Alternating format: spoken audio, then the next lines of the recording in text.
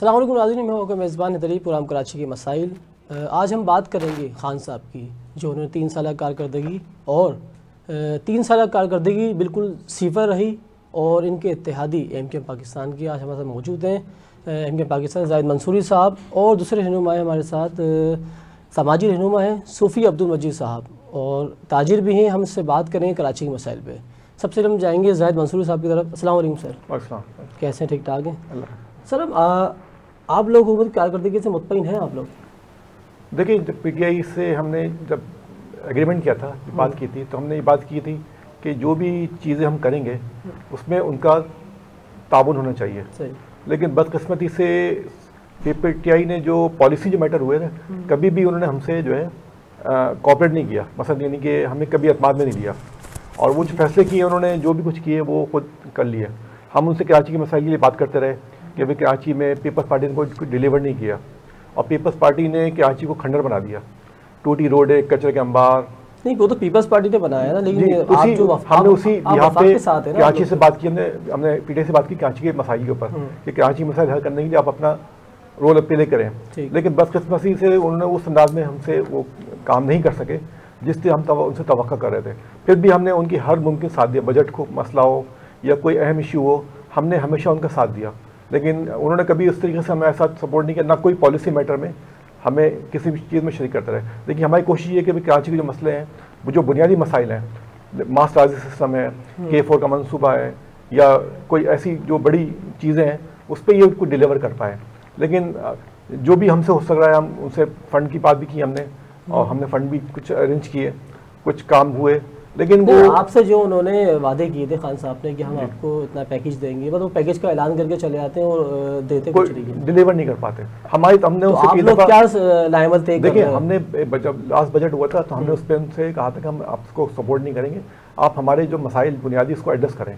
लेकिन उसके बाद उन्होंने हमसे वादा किया, शायद आपको याद होगा, हमने मीटिंग भी हुई पीएम साहब से, और हमने उनसे कहा कि भाई हमें डिलीवर करें कुछ, यानी कि लोगों को यहाँ पर 3 साल में देखा जाए तो आप लोगों सिर्फ उन्होंने तहरीक इंसाफ वालों ने, खान साहब ने, जैसे आपको लॉलीपॉप ही मिला है आप लोगों को? नहीं, उन्होंने हमें मसला एमएनएस को फंड दिए, उससे कुछ हद तक काम हुए। जैसे हमारे तकरीबन 35 करोड़ रुपये फी एमएनए के पास फंड पूरे कराची में आए, पीटीआई के एमएनए के पास भी है, हमारे पास भी आए।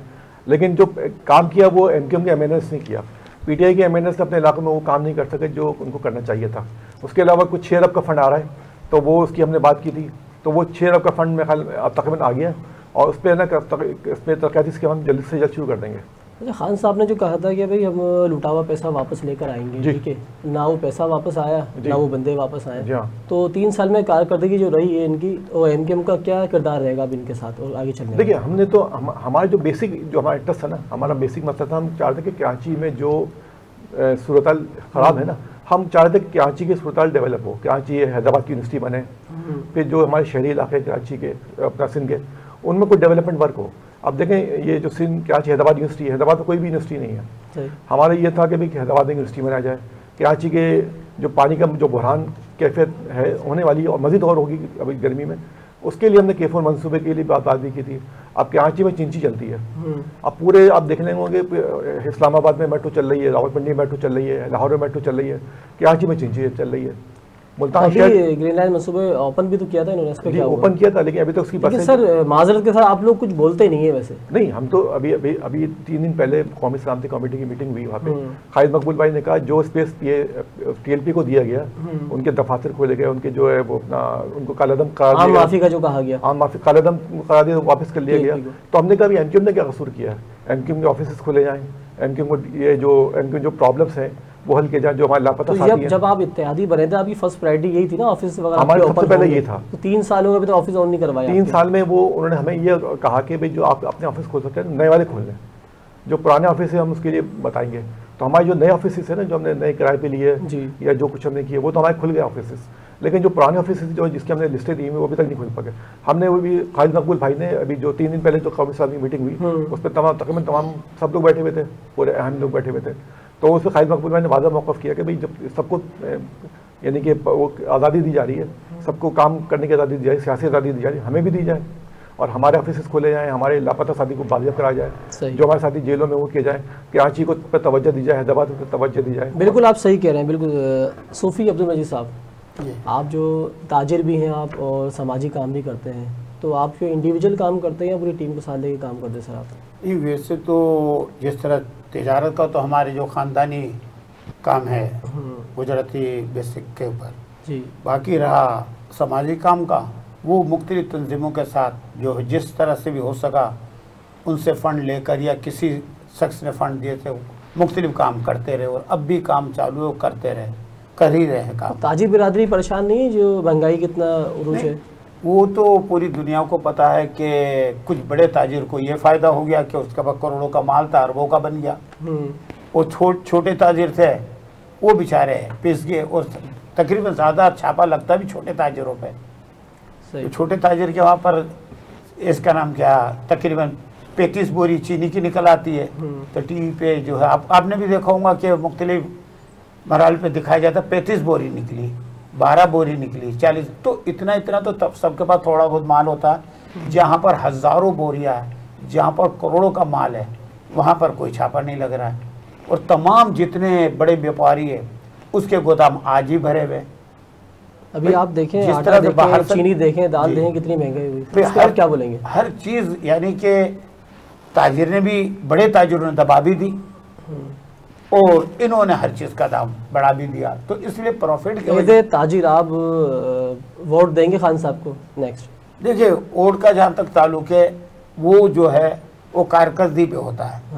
3 साल कारकर्दगी है ना आपके साथ? वो सिफर है। वो तो गुफ्तगू में आपने गुफ्तगू में जो पहला लफ्ज़ बोला वो ही चल रहा है, समझे? अब कोई है तो बताओ। यूँ कि एक तो होता है फंड, जिस तरह से हमारे भाई ने कहा कि कराची को फंड, एक तो कराची को फंड के हिसाब से कोई काम ही नहीं हुआ। किसी बड़े रोड कोई बना दिए, शार फैसल बना दिया, नाज़ाबाद का कोई रोड बना दिया, टुकड़े टुकड़े ही बने। लेकिन ये बताओ कि औरंगी टोन, नई कराची, कोरंगी, लांडी, मलिर, गलिया कूचों का यानी कि जो नई हुकूमत आती तो बनाते थे, वो खरबों ज़रबों रुपया कहाँ गया? पैसा तो मंजूर हो, वो कहाँ गया? कुछ नहीं हुआ। तो ये तो खैर ये सियासतदानों का काम है और ये लोग बेहतर जानते और खान साहब बेहतर जानते हैं और उसी हिसाब से कामयाबी नाकामयाबी। फाउंडेशन किस नाम से रख रहे हैं आप? फैज़ान रहमानी के नाम से फाउंडेशन बना रहे हम और इंशाल्लाह इस नाम से, क्योंकि पूरी ज़िंदगी काम किया लोगों के साथ और अब इंशाल्लाह आपके तवस्सुस से मैं आपको ही बता रहा हूँ। और अगर कोई है यहाँ के गडाप पे मेरे पास जो 4 एकड़ जगह भी है जो मेरे को एक वडेरे ने दी है, तो वहाँ से इंशाल्लाह काम शुरू करेंगे। अभी तो हमारे पास 2 जगह है नई कराची यूपी पे, तो वहाँ से मुख्तलिफ काम छोटे छोटे कर रहे इंशाल्लाह। अल्लाह ने चाहा और अल्लाह ने इसका नाम क्या हिम्मत दी और ज़िंदगी ने साथ दिया, तो इंशाल्लाह आप देखेंगे कि इंशाल्लाह इसी चैनल पे आप देखेंगे कितना रमज़ान का पैकेज होगा, क्या क्या होगा, आप देखेंगे अल्लाह ने चाहा तो। अच्छा जाहिद साहब, आप जैसे आपकी पार्टी MK पाकिस्तान एक डिलीवर करना चाहती है आवाम को, ठीक है, जिससे आपने अपना फ़ंड भी आपको मिले हैं, वहाँ से आपने जितना हो सके अपने फ़ंड डिलीवर भी किया आवाम के। लेकिन खान साहब के जो बुलंद वाले दावे थे कि हम हुकूमत में आके हम ऐसा कर देंगे, हम वैसा कर देंगे, ऐसा ही है ना?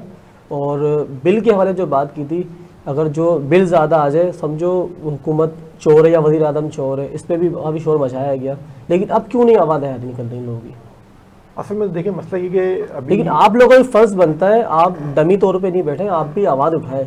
आप एहतजाजन आप बोलते हैं कि हम सोच रहे हैं अलहदगी का, लेकिन अलहदगी करते भी नहीं है। आप लोग भी ऐसा करते हैं ना, आप थोड़ा कोई प्रेशर डालेंगे तो कुछ हो सकता है ना सर। जैसे इन्होंने नवाज शरीफ की हुकूमत प्रेशर डाल के अपना काम करवाया था, ये नवाज शरीफ हुकूमत कितना प्रेशर डाला जिससे पेट्रोल 70 रुपये भी आ गया। अब आप देखें 150 रुपये पे आए पेट्रोल लीटर, ऐसा ही है ना? देखिए, जब भी PTI ने जब भी महंगाई करी, MQ ने हमेशा स्टैंड लिया।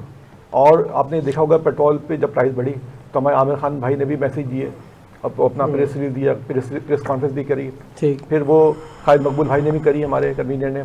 तो हमने तो जो जायज़ काम जो भी करते हैं और जो काम अच्छा करते हैं MQ ने हमेशा उसकी हिमायत की है। और लेकिन जो काम आवाम के ख़िलाफ़ होता है, आवाम के मफाद आम के ख़िलाफ़ होता है, MQ ने हमेशा आवाज़ उठाई है।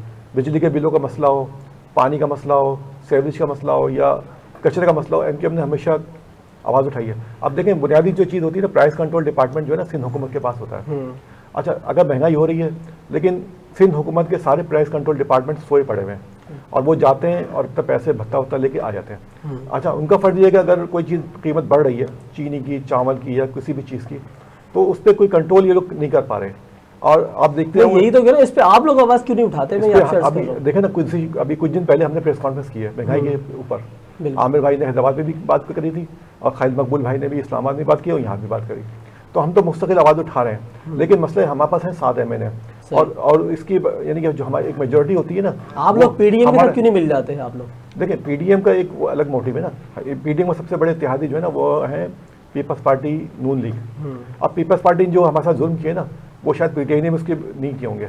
पीपल्स पार्टी ने तो हमारे तमाम तकरीबन 1.5 लाख जॉब शहरी कोटे की थी, वो भी उन्होंने इंटेक्शन वालों को दे दी। और इसके अलावा जितने भी इंस्टीट्यूशन हैं, और सबसे जो नया अभी फैसला किया उन्होंने कि KMDC जो KMC के मातहत इदारा है, और उसमें ये पहले मंशूर में तय हुआ था कि उसमें जो मैनिफेस्टो है या जो भी इसकी चीज़ें थी कि उसमें कराची के लोगों को दाखिला दिया जाएगा कराची डोमिसाइल के ऊपर। जो BDS करेंगे या जो भी डॉक्टर MBBS करेंगे वो सिर्फ कराची के डोमिसाइल वाले करेंगे। अब उसको वो कर रहे हैं अपने पास कंट्रोल में ले रहे हैं। काबीना ने फैसला भी कर दिया, हम उसके खिलाफ कोर्ट में भी जा रहे हैं, यानी पीर मंगल को हम लोग पिटीशन फाइल कर देंगे। तो मकसद ये कि सिंध हुकूमत मुस्तकिल कर रही है और कराची के नौजवानों को हक मार रही है, ना उनको रोज़गार दे रही है, ना तालीम दे रही है। तो असल जो हमारे मुखालिफ है पीपल्स पार्टी है। पीपल्स पार्टी अगर हमें कोई दिया होता तो हम पीडीएम में आने को सोचते। लेकिन वसीम अख्तर साहब की प्रेस कॉन्फ्रेंस की थी, वसीम अख्तर साहब कह रहे थे कि भाई आप जैसे खान साहब ने आम माफी का कहा है तो हमें भी JTLP को जी इस तरीके से और आम माफी दिए दो और तालिबान उनको भी आम माफी देने का तालिबान को भी चल रहा है। और आप लोगों ने अपना ही बोला कि हमें ही माफी, तो आप लोगों को माफ नहीं किया अभी तक उन्होंने? असल में देखिए हमें पे तो आपने ही गलती किया ये बताएं। हमारी तो खैर गलती है कि हमने जागीरदाराना वडेराना सिस्टम के खिलाफ आवाज उठाई। हुकूमत में आ गए नहीं, हमने जो जागीरदाराना वडेराना सिस्टम के खिलाफ आवाज उठाई ना, वो उनको नापसंद है।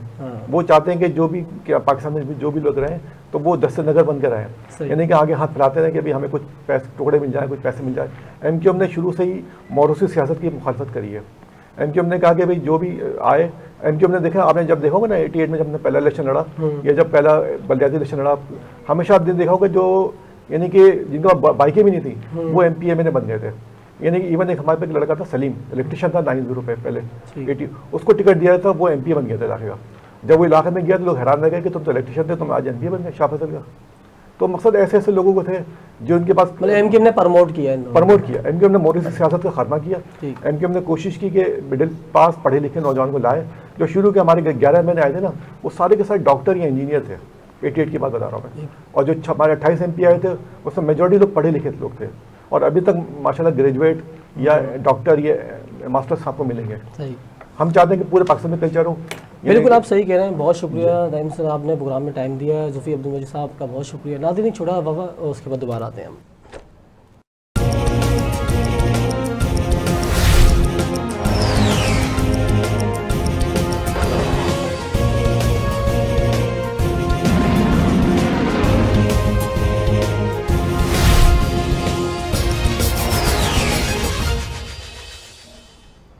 वेलकम बैक नाज़रीन, वफ़े में आ चुके हैं। नाज़रीन हम बात करेंगे जो लैंड माफिया और टैंकर माफिया इनके ऊपर।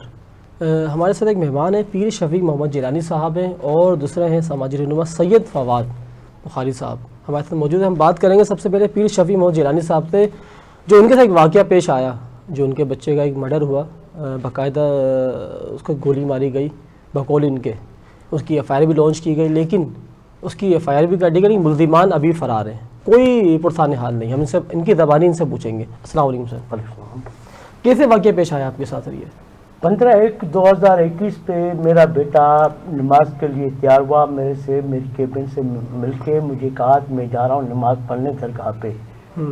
वहाँ इन हमारी जो लैंड ग्रेबर और माफिया लोग हैं, पहले उनके साथ उनका तल्कात भी थे। वो जैसे नमाज पढ़ के पानी पी रहा है, उसके ऊपर 3 गोलियां वहाँ ही मारी गई दरगाह पे। फिर कोई दुश्मनी थी उसकी? कोई दुश्मनी नहीं, कोई दुश्मनी नहीं थी। अच्छा, कोई दुश्मनी? क्या वजह क्या बनी मारने की? ऐसा क्या पेश आ गया उसको गोली मारनी? जो पीछे आज भी वो लैंड ग्रेबर उमैद अली शाह, खोसो, गुलाम रसूल वाले, इनका था ये दरगाह छोड़ के जाए और हम ये प्रॉपर्टी भेजें। अच्छा, इस प्रॉपर्टी को भेज के मेन झगड़ा प्रॉपर्टी का है, लैंड ग्रेबरी है। अच्छा। उनकी हम ये नहीं चाहते हैं जो औलिया अल्लाह की जमीन है वो वहां ही रहे। अच्छा। जो मैंने 2003 में उसका चालान भी पिलाया था DC मलिक से, मादी शाह साहब से। ठीक। अभी आला हुकाम से क्या अपील करना चाहेंगे, आपको किस तरह का इंसाफ मिलना चाहिए? अभी तो मेरा 25/8/2021 पे मेरा बेटा अली नवाज को अगवा किया गया है। कल रात ये अफवाह चलाई गई है तो वो 40 लाख में भेज दिया गया है। अच्छा। और मैं ऐसा परेशान हूँ और मेरे घर वाले परेशान हैं, मेरी बीवी बीमार पड़ी है, एक बेटा मारा गया है, दूसरे बेटे को अगवा किया गया है और इन जालिमों से मेरे घर पे हमले कर रहे हैं, रोज पे रोज हमले हो रहे हैं। तो आला हुकाम से क्या अपील करना चाहेंगे मैं इनसे जान छुड़ाई जाए और मुझे बेटा मेरा दिलाया जाए और इंसाफ दिलाया जाए और इंसाफ मुझे दिलाया जाए। बहुत शुक्रिया जी। फवाद साहब, आप सामाजिक काम करते हैं, उसके हवाले से बताएं थोड़ी सी। जी, समाजी काम तो हमारे मुख्तलिफ़ तरीके कार से होते हैं। इंसानियत की खिदमत सबसे अव्वलीन तरजीह हमारी है अल्हम्दुलिल्लाह। जैसे बीच में आपको याद होगा लॉकडाउन हुआ था, तो इसके अंदर हमने एक टीम तश्कील दी थी जो घरों पे जाकर लोगों को राशन पहुँचाती थी अल्हम्दुलिल्लाह। उसको हमने पब्लिक नहीं किया जिस तरह लोग आजकल अपने काम के लिए दिखावा करते हैं, इस तरह हमने नहीं किया। उसके बाद जब लॉकडाउन ख़त्म हुआ तो स्कूल की जो फ़ीस थी बच्चों के देने के लिए, हमने कुछ बच्चे और स्टूडेंट्स मतलब ऐसे थे जो नहीं जा सकते। तो आप तो इंडिविजुअल काम कर रहे हैं ना? तो हमने किसी के साथ बजाते खुद जो है ना वो कुछ दोस्तों के साथ मिलकर वो हमने किया कि उनको स्कूल भेजा, उनकी फ़ीस पे करी। और जो कुछ कॉलेज में, जैसे एक स्टूडेंट कॉलेज है वहाँ पर बच्चे पढ़ने आते थे तो वहाँ पे हमने उनकी फ़ीस पे करी अल्हम्दुलिल्लाह। और उसके अलावा कुछ दस्तरखान हैं जिसमें हम जो है वो अपना शेयर्स डालते हैं और हमने 2-3 जगह जो है वो दस्तरखान भी लगाए इस हवाले से। अच्छा, आप रूहानियत के हवाले से कुछ बताएं, रूहानी हवाले से कुछ आप? जी अल्हम्दुलिल्लाह, मैं एक रूहानी स्कॉलर भी हूँ। मामलात के हवाले से जैसे अगर किसी के ऊपर कोई भी मामलात होते हैं तो मैं उसका भी हल कर देता हूँ, जिन्नात वगैरह उतार देता हूँ अल्हम्दुलिल्लाह कुरानी उसके आयतों के ज़रिए और पढ़ाई के ज़रिए। अच्छा, अक्सर लोग इस काम को बहुत बुरा समझते हैं, मतलब कुछ लोग डरते भी हैं, ऐसे मामलात होते हैं कि वो समझते कि ये काम सही नहीं होता। लेकिन जो रूहानियत के अंदर मामला होता है, हम उनको पहले जो मरीज़ आते हैं जो भी किसी हवाले से, हम उनको यही तरगीब देते हैं कि पहले नमाज है। जो काम अल्लाह रब्बुल इज़्ज़त की ज़ात कर सकती है वो कोई ना बाबा करेगा ना पीर फ़कीर, कोई भी नहीं कर सकता। अल्लाह की ज़ात करने वाली, बेशक अल्लाह रब्बुल इज़्ज़त की ज़ात ही है। और एक उसका वाहिद हल है कि आप नमाज की तरफ आएँ और दिन की तरफ हों तो आपकी मुश्किलें हल होंगी। आपको क्या मैसेज देना चाहेंगे आवाम को? आवाम को मैं यही मैसेज देना चाहता हूँ कि दर बदर घूमने से बेहतर है कि एक ही दर पकड़ें और वो दर अल्लाह रब्बुल इज़्ज़त का दर है। नमाज की पाबंदी करें, दीन की पाबंदी करें, शरीयत के हुक्म जो आपके ऊपर लागू होते हैं उसको फॉलो करें।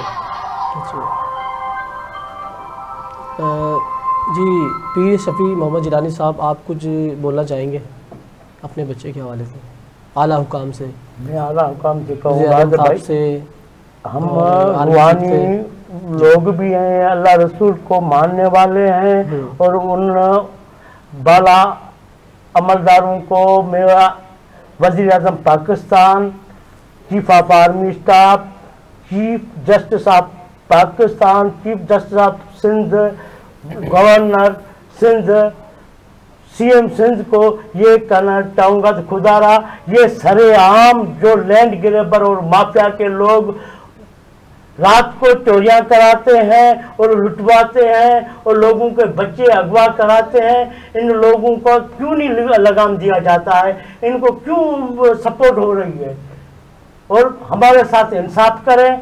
और मैं ये तवक्को रखता हूँ तो अल्लाह हमारे पाकिस्तान को खुशहाल रखे और पाकिस्तान जिंदाबाद, पाक आर्मी जिंदाबाद। तो ये क्या हो रहा है हमारे मुल्क के साथ, हमारे बच्चों के साथ, हमारे साथ? ये नाइंसाफ़ी कब तक होगी? मेरा बेटा एक मारा गया है, दूसरा अगवा किया गया है, मेरे साथ कोई इंसाफ नहीं है, वो सरेआम घूम रहे हैं। नहीं, आपके बेटे की दोस्ती वगैरह थी उसके साथ कोई? हाँ बिल्कुल दोस्ती थी, महल्ले के लोग थे। अच्छा, रिश्तेदार है आपको या दोस्त? रिश्तेदारी नहीं थी, महल्ले के लोग थे। कितने टाइम से आपको रिहाइश मतलब पति रहा? मेरी तो वो 88 से ये वहाँ रहा है। अच्छा, 88 से दरगाह के साथ ही आपकी रही? हाँ मेरी रहा। अच्छा, तो खुदारा मेरी जान छुड़वाए और मेरे को बच्चा दिलाए। मेरी बीवी आईजी सिंध से अपील करना चाहेंगे आप? मैं आईजी सिंध को बार बार मैंने टेलीफोन पर भी किया है, आईजी साहब साकिब इस्माइल डीआईजी साहब को भी कहा है, मलिर एसएसपी को भी कहा है, मेरा कोई इलाज नहीं हो रहा है और मेरे साथ नाजायजियाँ हो रही हैं, मेरे ऊपर नाजायज झूठे केस बनाए जा रहे हैं। अगर मैं कहीं जाता हूँ, कोई आवाज़ उठाता हूँ, मेरे ऊपर नाजायज झूठे केस करके और मुझे यरगमाल किया जाता है और मेरे बच्चे अगवा किए जाते हैं, मेरे घर पे हमले किए जाते हैं। ठीक है, बहुत शुक्रिया तौसीफ साहब आपका भी और अपना पीर शफी साहब आपका भी। नाज़रीन, आप देख रहे हैं जैसे लैंड माफिया और बेलगाम हो चुकी है कराची के अंदर, पूरे कराची में उनका कब्ज़ा है और कोई पुरसाने हाल नहीं, गरीब आदमी के मकान पर कब्ज़ा कर लिया जाता है और जब वो कोई आवाज़ उठाता है तो उसकी आवाज़ बिठा दी जाती है या गोली मार के या फिर उसको अगवा कर लिया जाता है, बकौल पीर शफी मोहम्मद जिलानी साहब ने जो कहा। इंशाअल्लाह नेक्स्ट वीक दोबारा आपके साथ होंगे। इजाज़त दीजिए, अस्सलाम वालेकुम।